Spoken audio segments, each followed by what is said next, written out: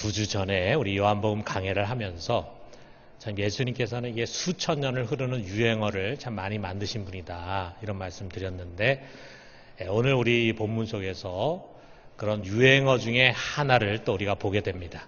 32절에 있는 것처럼 진리가 너희를 자유롭게 하리라.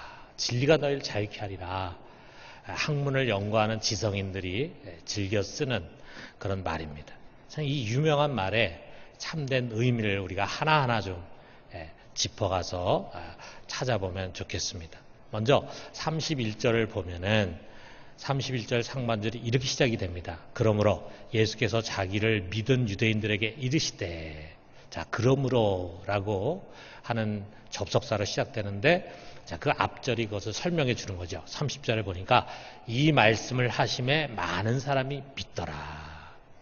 자, 여러분, 우리가 지금까지 쭉 봤지만 지금 예수님이 이게 그 간음을 하다가 현장에 붙잡힌 여인의 사건을 놓고 유대인들하고 계속해서 논쟁을 벌이지 않습니까? 근데 그 유대인들이 한마디로 말하면 이제 안티 예수예요. 안티 예수. 예수님을 공격하고 고소하고 모함하고 믿지 않는 그런 사람들이에요. 자, 그런데 그런 사람들하고 계속 논쟁을 하는 가운데 예수님의 이 진지하고 진실한 말씀, 권위 있는 말씀을 듣는 가운데서 그 유대인들 속에 믿음을 갖는 사람들이 많이 나오기 시작했다라고 하는 것을 우리에게 이야기해 줍니다. 그래서 그 믿는 사람들에게 이제 예수님께서 이 메시지를 주시는 거예요. 자, 그렇다면은 여기에 이들의 믿음은 어떤 믿음이었을까? 조금씩 마음이 열리면서 이제 막 시작된 믿음입니다. 어떻게 보면 아직 구원에 이를 만큼 믿음의 뿌리를 깊게 내리지 못한 사람들이에요. 어디 가서 나는 예수를 쫓는 제자다 라고 이렇게 이야기할 용기를 아직 갖지 못한 그런 사람들입니다. 그렇지만 여러분, 여기에 이 믿음이 얼마나 참 중요하고 소중한 믿음입니까? 예수님은 지금 이 믿음을 보이는 사람들을 제자의 자리로 초청을 하는 거예요. 자, 여러분, 우리가 교회 안에 보면은요, 정말 예수님의 훌륭한 제자답게 살아가는 그런 교인들이 있어요. 믿음의 뿌리가 오랜 세월 속에 아주 견고하게 이렇게 뿌리 내린 그런 성도들이 교회 안에 많이 있습니다. 그렇지만 교회 안에는요, 항상 이제 믿음이 시작되는 사람들이 있다는 것을 우리가 잊어서는 안 돼요. 오래 믿은 사람들은 항상 자기 중심으로 생각하다 보니까 이런 어린, 이제 막 믿음이 시작되고 있는 사람들을 잘 생각하지 못할 수가 있어요. 자, 여러분, 우리가 사실 믿음이라는 게 하루아침에 만들어지는 게 아니지 않습니까? 믿음이 형성되는 단계를 우리가 한번 생각을 해봐요. 자, 지금 교회 밖이나 또는 여기서 예배드리고 신앙생활을 잘하는 분들의 배우자라든지 가족들 중에는 아주 기독교에 대해서 안티한 생각을 갖고 있는 분들이 있어요. 왜 그들이 그런 기독교나 교회에 대해서 안티한 생각을 갖게 됐을까? 그 중에는 교인들한테 사기를 당했다든지 물리적인 것이나 또는 심리적인 큰 상처를 받은 그런 분들이 있을 거예요. 그게 계기가 돼가지고 교회를 싫어해. 기독교인들을 싫어해.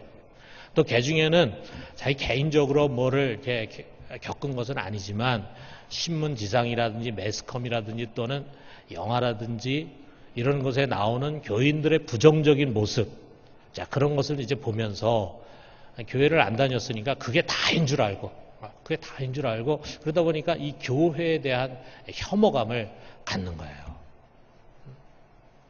자, 그런데 그러다가 이제 뭔가 계기를 만나게 됩니다. 그러면서 그 마음의 완고함이 조금씩 이제 부드럽게 되는 거예요.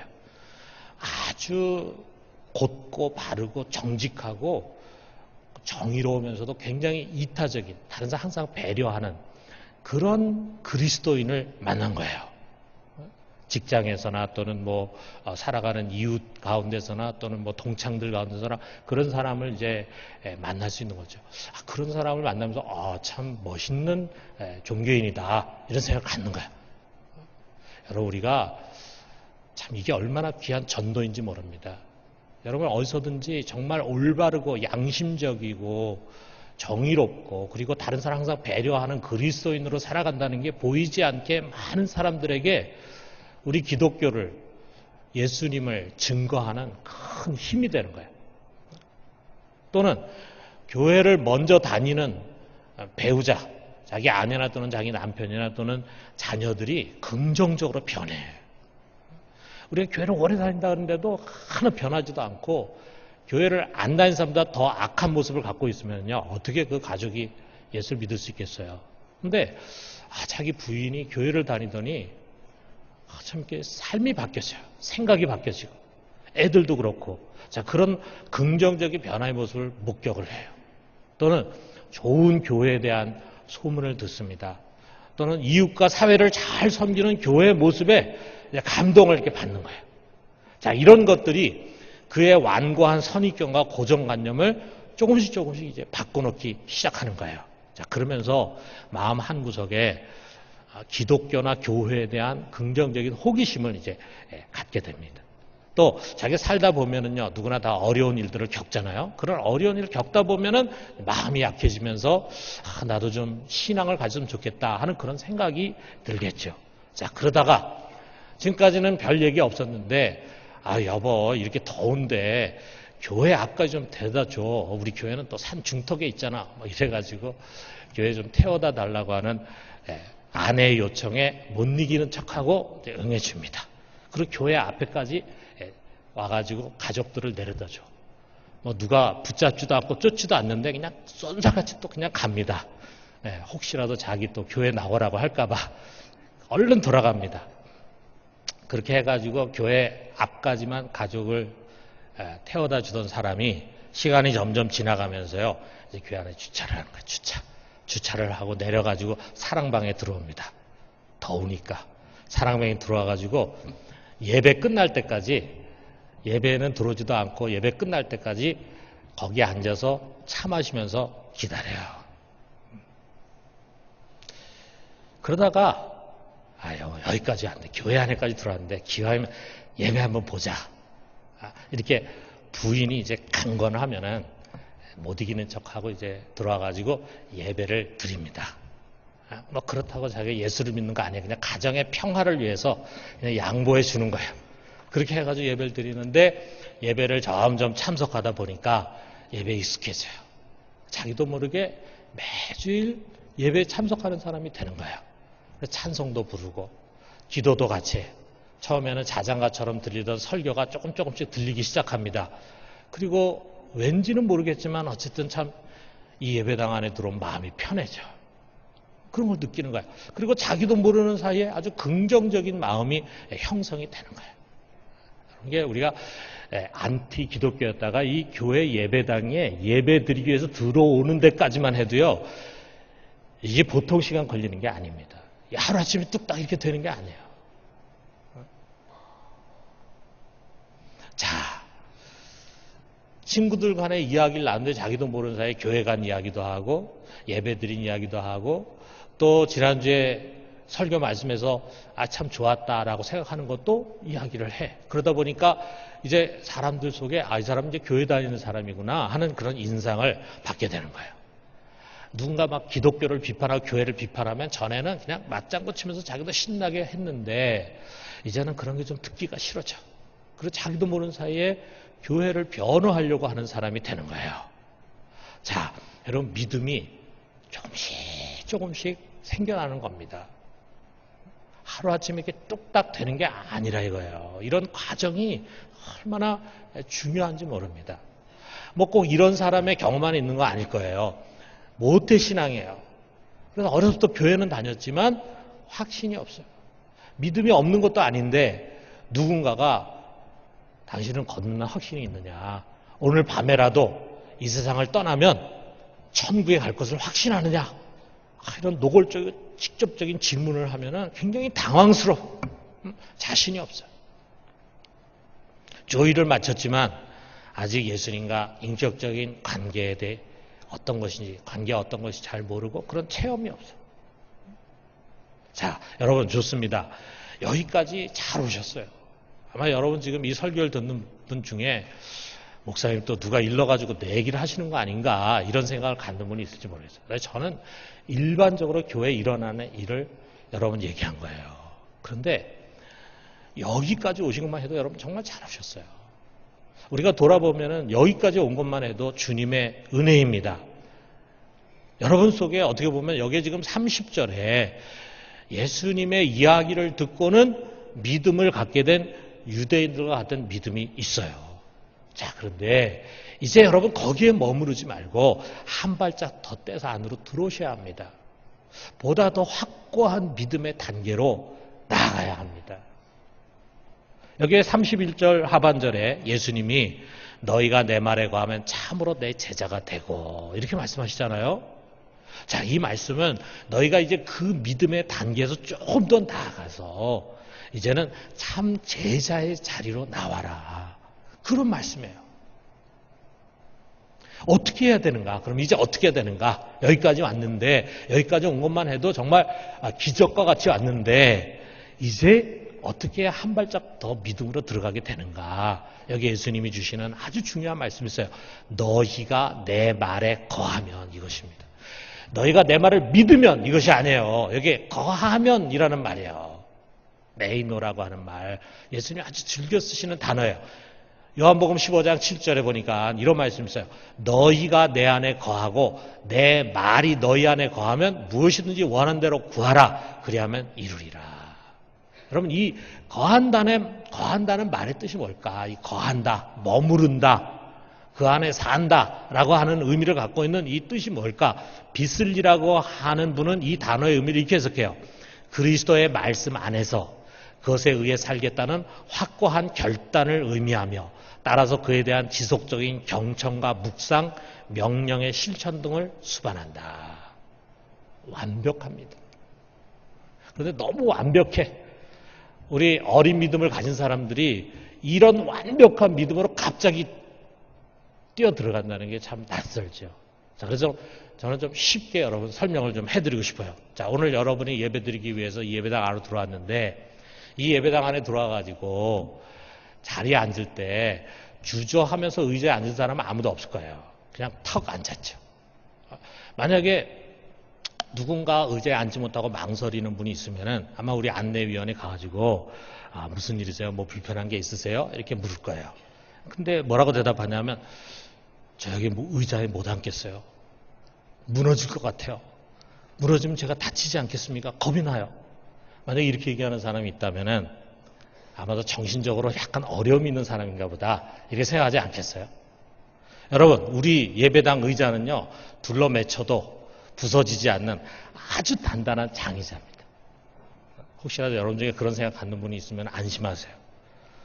부서질 염려가 전혀 없어요. 여러분 다 그걸 알고 있기 때문에 주일날 예배드리기 위해서 여기 오면은 아무 생각 없이 그냥 거기에 털썩 앉습니다. 편안하게. 자, 그런데 우리가 앉는다, 의자에 앉는다라고 하는 것을 우리가 다르게 표현하면은요, 그 의자에 내 몸을 맡기는 거예요. 지금 여러분, 그 의자가 여러분을 받쳐주고 있지 않습니까? 그 의자에 내 몸을 맡기는 거예요. 의심 없이 맡겨요. 왜냐하면 이 의자는 탄탄하게 지었기 때문에 절대로 부서질 일이 없다. 무너져서 내가 다칠 일이 없다라고 믿기 때문에 거기에 그냥 내 몸을 맡겨. 그리고 아무 신경도 쓰지 않아요. 신경 쓰지 않는 게 여러분 믿는 거예요. 여러분 매주일 무의식 세계 속에서 여러분이 그런 걸 뭐 의식하는 것이 아니고 그냥 무의식 속에서 엄청난 믿음을 장의자에게 보내주고 있습니다. 장의자에게. 난 너를 믿는다. 확실히 믿는다. 너는 나를 안전하게 받쳐줄 거지.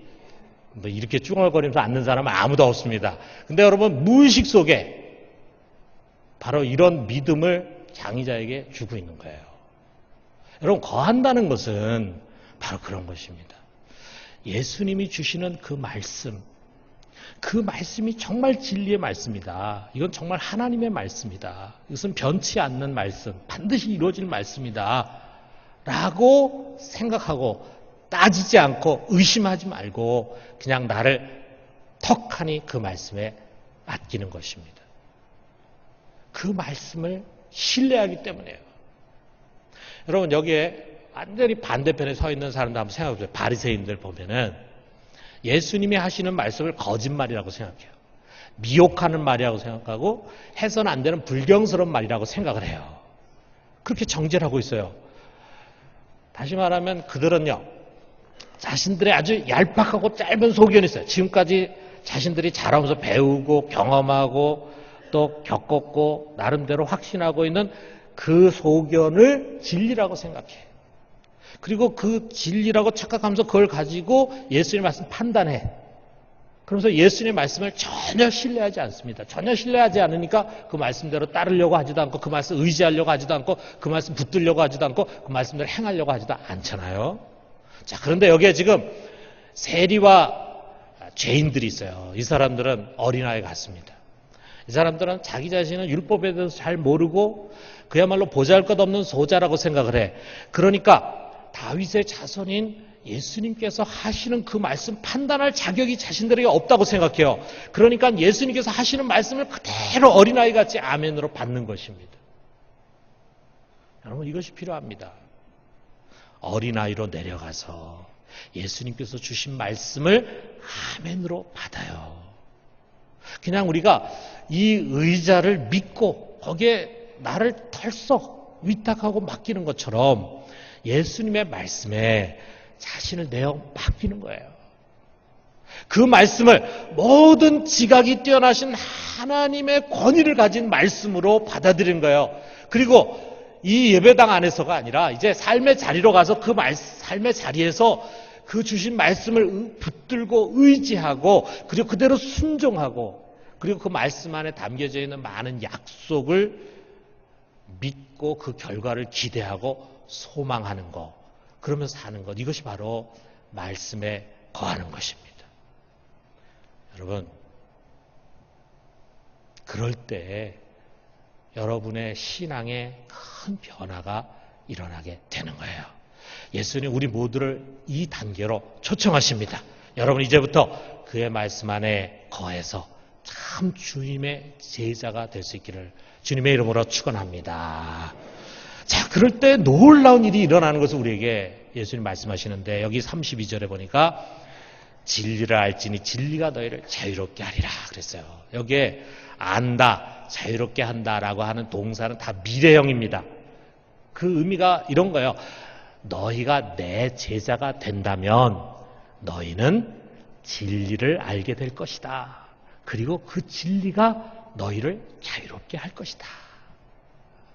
너희가 내 말에 거해서 내 제자가 되면은 너희는 진리를 알게 될 것이고 그리고 그 진리는 결국 너희를 자유롭게 할 것이다. 그런 뜻이라 이거예요. 먼저 진리를 깨닫게 된다는 거야. 자, 여러분 이게 진리라고 하는 어려운 단어가 여기에 소개되고 있습니다. 진리가 뭐냐? 자, 우리 대학에서 지성인들은요. 진리는 나의 빛이다. 이렇게 말하면서 자신들이 하는 일이 진리를 탐구하고 진리를 가르치는 일이라고 자부하고 있어요. 자, 그런데 여러분 우리가 정확하게 말한다면 그들이 말하는 진리라고 하는 것은 엄밀한 의미에서 과학적인 사실일 뿐입니다. 과학적인 사실. 자연과학, 인문과학, 사회과학적인 사실을 탐구하고 가르치는 거예요. 그리고 그 과학적인 사실이라는 것은요, 이 유한한 세계 안에서의 원리일 뿐이에요. 자, 존 뉴턴이라든지 아인슈타인이라든지 스티븐 호킹이라든지 자, 얼마나 탁월한 과학자들입니까? 이 사람들은 하나님이 창조한 이 세계에 대해서 우리보다도 훨씬 더 잘 이해하고 있고 그 안에 법칙들을 잘 이해하고 있는 훌륭한 과학자들이죠. 아주 탁월한 과학자들이지만 그들의 이론은 하나님이 만드신 이 우주라고 하는 울타리를 넘어갈 수가 없어요. 그러므로 그것은 영원한 것이 아닙니다. 여러분 이 우주라고 하는 것은 언젠가는 사라지게 될 유한한 세계일 뿐이에요. 여러분 예수님께서 이 세상에 오셔서는요. 그런 과학적인 사실을 말씀하는 것이 아닙니다. 그 우주 너머의 것을 말씀하시는 거예요. 요한복음 3장 12절에 예수님이 니고데모에게 이런 얘기를 했어요. 내가 땅의 일을 말하여도 너희가 믿지 아니하거든 하물며 하늘의 일을 말하면 어떻게 믿겠느냐. 예수님 지금 하늘의 일을 말하고 있는 거예요. 하늘의 일, 그것은 뭐냐. 그분의 말씀은요. 세상 나라가 아니라 하늘나라. 우리가 천국이라고 말하지만 천국 그러면 사람들이 천당, 죽은 다음에 가는 천당을 생각하기 때문에 그게 말씀 올바로 이해하는 게 아니에요. 그 천국의 의미는 하늘나라예요. Kingdom of Heaven이에요. 하늘에 있는 왕국이에요. 그리고 하나님 나라, 하나님이 다스린 나라, Kingdom of God, 그 복음이라 이거예요. 예수님은 그 나라에서 오셔서 이 우주 밖에 있는 하늘나라의 복음을 우리에게 가르쳐 줍니다. 하늘나라의 원리를 가르쳐 줍니다. 그 나라는 없어지는 유한한 세계가 아니라 영원한 세계, 영원한 세계. 그렇기 때문에 여러분 예수님의 말씀은요, 우리의 끊임없이 영원한 세계를 열어주십니다. 그 영원의 눈을 가지고 우리의 현실을 보는 거예요. 그게 진짜 현실이에요. 여러분 우물 안에 개구리라는 거 있잖아요. 개구리들은 자기가 있는 그 우물 안 세계가 다라고 생각합니다. 그 개구리들이 바라보는 우물 안의 세계는요, 진짜 현실이 아니에요. 뭐가 진짜 현실입니까? 우물 밖에서 더 넓은 세계를 보는, 우리가 보는 그 우물의 세계가 진짜 현실이잖아요. 그런 것처럼 이 우주 안에 유한한 세계 속에 갇혀서 바라보는 우리의 현실은요, 반쪽 현실밖에 안 돼요. 영원한 세계 속에서 영원의 눈을 가지고 볼 때 우리의 현실이 어떤 현실인가를 제대로 이해할 수가 있습니다. 영원히 변치 않는 사실을 주님은 우리에게 가르쳐주고 있어요. 그것이 바로 진리입니다. 예수 그리스도를 믿는 신앙은 현실에서 도피해서 스스로 협소한 종교의 공간에 자기 자신을 가두는 것이 아닙니다. 도리어 신앙은 이 우주를 뛰어넘어서 영원 광대한 하나님 나라의 눈으로 세상을 바라보게 하는 거예요. 그럼 진짜 신앙인이라고 하는 것은 이 우주를 뛰어넘는 광대한 하나님 나라의 눈을 가지고 지금뿐만이 아니라 영원한 세계를 바라보면서 지금 우리가 서 있는 그 자리를 객관적으로 볼 수 있는 사람들이라 이거예요. 그렇기 때문에 여러분, 진리라고 하는 것은 단순한 과학적 사실에 대한 지식이 아닙니다. 하나님 나라와 영생에 대한 지식, 그것이 바로 진리라 이거죠. 그리고 바로 그 지식은 오직 예수 그리스도 안에 감춰져 있어요. 우리가 세상의 학문으로 이성으로 깨달을 수 있는 것이 아니라 이거죠. 그 진리는 예수 그리스도 자신이면서 동시에 그분 안에 충만하다고 했어요. 예수 안에 진리와 은혜가 충만하다고 했습니다. 그렇기 때문에 여러분, 사도 바울 우리가 생각해 보면은 그가 예수님 모를 때는 살기 등등해가지고 예수님 대적했어요. 그의 눈에 예수는 아주 작은 분으로 보였어요. 그런데 그가 다메섹으로 가다가 거기서 예수님 만났어요. 예수님을 만난 다음에, 신앙을 가진 다음에 그에게 어떤 변화가 일어났습니까? 그가 지금까지 살아오면서 아주 가치 있다고 생각하는 그것, 그 가치 있다고 생각하는 모든 것을 다 배설물로 여겼다. 똥으로 여겼다. 아무 가치 없는 것으로 여기게 됐다. 왜? 예수 그리스도를 아는 지식이 가장 고상하기 때문이다. 이 예수 안에 진리의 모든 것이 담겨있다 이거죠. 영원한 진리, 변하지 않는 그 진리, 그것이 그분 안에 감춰져 있어요. 여러분, 진리의 세계로 들어온 것을 환영합니다. 그 진리야말로 사람을 살리는 힘과 능력이 있습니다. 그 진리는 강력한 힘으로 우리를 해방시키고 자유를 주는 것입니다. 여기 32절에 있는 것처럼 진리를 알지니 그 진리가 너희를 자유롭게 하리라 라고 선포하십니다. 예수님은 진리를, 어려운 진리라는 개념을 얘기하면서 자유라고 하는 말씀을 주시는 거예요. 자유라는 말도 어렵잖아요. 그러니까 도대체 자유가 뭔가, 예수님이 자유를 말씀하니까 유대인들이 아주 기분 나쁘게 생각을 해요. 33절에 보니까 그들이 대답하되 우리가 아브라함의 자손이라 남의 종이 된 적이 없거늘 어찌하여 우리가 자유롭게 되리라 하느냐 말합니다. 아마 이 유대인들과 대부분 사람 다 비슷한 생각을 가질 거예요. 자유, 자, 예수님이 자유롭게 한다 그러니까 그것은 정치적으로 억압이 되어 있는 가운데서 정치적인 자유를 주는 것을 의미하는 것으로 생각한다 이거죠. 예나 지금이나 자유, 프리덤, 리버티 그러면은 먼저 정치적인 개념을 떠올려요. 근대 자유의 개념이 그런 것입니다. 억압과 속박, 학대와 노예 상태, 빈곤으로부터의 자유라 이거죠. 이 자유를 위해서 제국주의에 맞서가지고 독립운동하고 독재 권력에 맞서가지고 인권운동하고 분배 정의 등 경제 정의를 부르짖기도 합니다. 이 자유는 소중한 거죠. 이 자유가 소중하다는 것을 하나님은 이스라엘에게 출애굽의 해방을 주신 것을 통해서 가르쳐 주십니다. 우리가 이런 억압으로부터, 압박으로부터, 노예 상태로부터 해방돼서 자유를 얻는 것은 소중한 것이다 이거죠. 우리는 세상 속에서 이러한 자유를 위해서도 앞으로도 계속 노력해야 되지만 이 땅에 이러한 자유를 얻지 못한 사람들을 위해서 우리가 최선을 다해서 돕도록 해야 합니다. 그러나 여러분, 이것은 영원한 자유가 아닙니다. 이것은 근본적인 해방도 아닙니다. 왜 그렇습니까? 예수님이 여기 34절에 말씀하세요.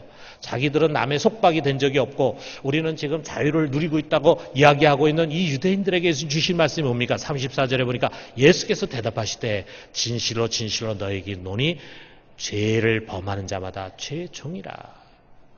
우리가 아무리 정치적인 자유를 얻고 경제적인 자유를 얻어서 자기 생각을 마음대로 표현하고 하고 싶은 말을 다 할 수 있고 평등한 권리를 누리고 그리고 빈곤에서 벗어나서 부유한 삶을 살 수 있는 그런 사회를 만든다 할지라도 우리는 여전히 죄의 종입니다. 식민지에서 벗어나고 독재 권력에서 벗어나고 그래서 정말 민주주의를 이루고 자유를 이루고 자유로운 세계 속에 산다 할지라도 우리는 여전히 죄의 종이에요. 죄가 여전히 우리를 지배하고 있어요. 이것은 그 어떤 것보다 무서운 힘입니다. 그것은 우리를 마지막에 사망으로 끌고 가고 영원히 멸망하게 할 수 있어요. 그렇기 때문에 우리는 여전히 죽음을 두려워하는 사람으로 살아갑니다. 탁월하게 과학이 진보가 되고 어떤 완벽해 보이는 이념이 일어나고 혁명이나 또는 선거운동이 일어난다 할지라도 이 우주 안에 어떤 것도 이 죄의 문제를 해결할 수는 없다 이거죠. 그러나 우리 예수님께서 바로 이 죄로부터의 해방을 선포하십니다. 진리가 너희를 자유롭게 하리라. 진리가 너희를 죄로부터 자유롭게 하리라 말씀하십니다. 예수 그리스도로 말미암아 우리에게 선포된 하나님 나라의 진리는 우리를 모든 죄로부터, 죄의 습관으로부터, 죄의 책으로부터, 죄의 결과로부터 완전히 해방을 시키는 것입니다. 그렇기 때문에 우리는 더 이상 죄 아래 있지 않고 우리는 더 이상 죄인이 아니고 우리는 더 이상 죄의 값을 치를 필요가 없고 죄의 심판을 받을 필요가 없다 이거죠. 우리 이제 죄의 종이 아니라 죄와 싸우는 자입니다. 죄와 전쟁을 선포하고 피 흘리기까지 대항하는 하나님의 군사들입니다. 어떻게 이 영원한 자유가 우리에게 주어졌는가? 우리가 모르는 가운데 우리 대신 그 죄로 말미암는 벌을 받고 그 죄의 값을 치르신 분이 있었다 이거죠. 그분이 바로 예수 그리스도이십니다. 그가 우리의 죄와 허물을 대신 짊어지셨어요. 그리고 자기의 몸을 제물로 삼아가지고 그의 죄의 값을 치르는 영원한 제사를 단번에 십자가에서 드리셨습니다. 그 제사는 완전한 제사예요. 이 완전한 제사로 말미암아 우리의 과거, 현재, 미래 모든 죄가 완전히 도말이 됐습니다. 모든 죄의 값을 다 치렀습니다. 그리고 이 예수 안에 거하는 자에게는 이제는 결코 영원히 정죄함이 없게 됐어요. 왜냐하면 생명의 성령의 법이 죄와 사망의 법에서 우리를 해방했기 때문입니다. 여러분, 이것이 진리입니다. 예수 그리스도의 십자가 사건이 바로 진리입니다. 이것이 하나님 나라의 가장 큰 사건입니다. 하나님 나라의 승리입니다. 하나님 나라고 천국의 복음입니다. 이 천국 복음, 다시 말해서 진리를 알 때 그 진리가 우리를 모든 죄에서 자유롭게 하는 것입니다.